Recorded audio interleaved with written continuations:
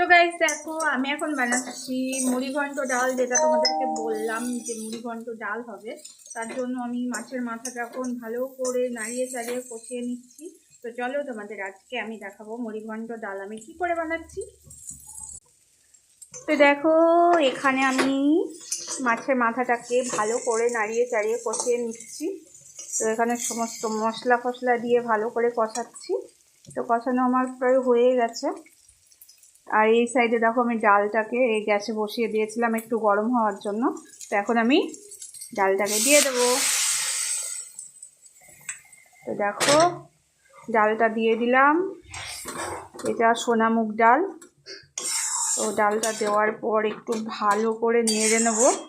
তারপর একটু ফুটে গেলে গরম মশলা দিয়ে নামিয়ে নিলে রেডি মুড়িঘন্ট ডাল। তো তোমরা কেমন করে বানাও অবশ্যই জানিও কিন্তু।